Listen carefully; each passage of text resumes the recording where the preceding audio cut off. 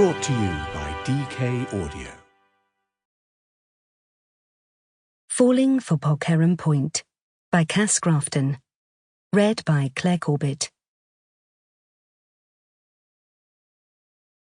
To Jane Austen. My entire writing career has been influenced, one way or another, by my favourite author. And as I'm unable to thank her personally, this book, inspired by Persuasion, is my expression of gratitude to her for giving us Captain Wentworth. Prologue. Once upon a time in the West. The little convoy of cars descended a steep, winding hill, lower and lower, until glimpses of sparkling blue could be seen between the tall trees clinging to the steep cliffs. And then, "Oh!" Ellie Arbon gasped, desperately trying to take in the stunning view of a quaint harbour filled with fishing boats and pleasure craft, the sun glistening on tall masts, and backed by pastel-coloured cottages jostling for space at the bottom of the hillside. Once parked up, the group of friends spread out on a quest to find groceries, but Ellie, having never been to Cornwall before, lingered, instantly enchanted by the charm of Polkerran Point. She leant against the harbour wall, warmth encasing her bare arms, enjoying the vibe as a busker played a medley of old familiar songs to a small but enthusiastic audience. Conscious of the heat burning through her top, Ellie dropped a pound coin into the young man's cap and headed back along the cobbled street, keen to find the others. But suddenly, she came face to face with a giant shellfish.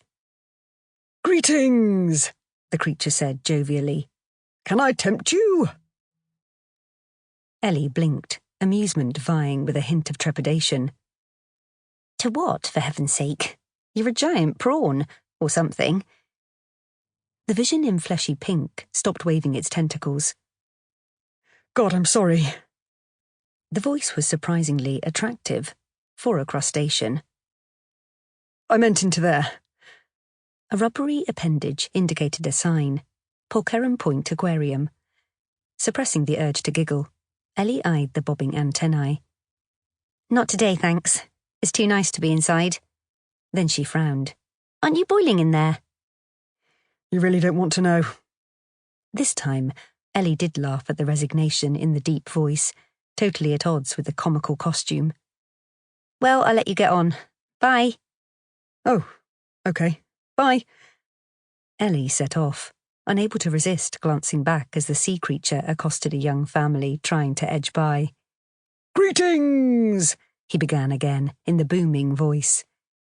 Then, suddenly, a bike shot past and swerved onto the harbour front, the rider scooping up the busker's cap and pedalling wildly in his attempt to escape. Until, that is, he was floored by something large and flesh-coloured. "Oh no!" Ellie raced across the cobbles, just as the dazed youth tried to wriggle free of the bike. But then, "Oh, get away from me!" Eyes wide, a look of horror on his face, the thief tried to shrink into the ground beneath him. "Oh, for God's sake." Releasing a tentacle from the boy's arm, the man in the rubber suit flipped back the head of the costume. "Stop overreacting and give that back." Ellie retrieved the cap and scattered money, meeting the gaze of the crustacean, or rather, the extremely good-looking young man in the suit, despite his dark hair being plastered to his head and beads of sweat on his forehead. "Hey," he said, beaming. "It's you." The distraction didn't serve him well, however, as the would-be thief twisted free and snatched up his bike, which resulted in Shellfish Man being knocked onto his back, and fled. The busker joined them, profusely grateful as Ellie handed over the cap and its contents. "Cheers," he said with a toothy grin, before heading back to his guitar. "Help?" called the man-come-creature. "Can you get me up? I can't bend in this." He remained on his back, the bulbous costume hindering his ability to do anything but flail around with his tentacle. Sample complete. Ready to continue?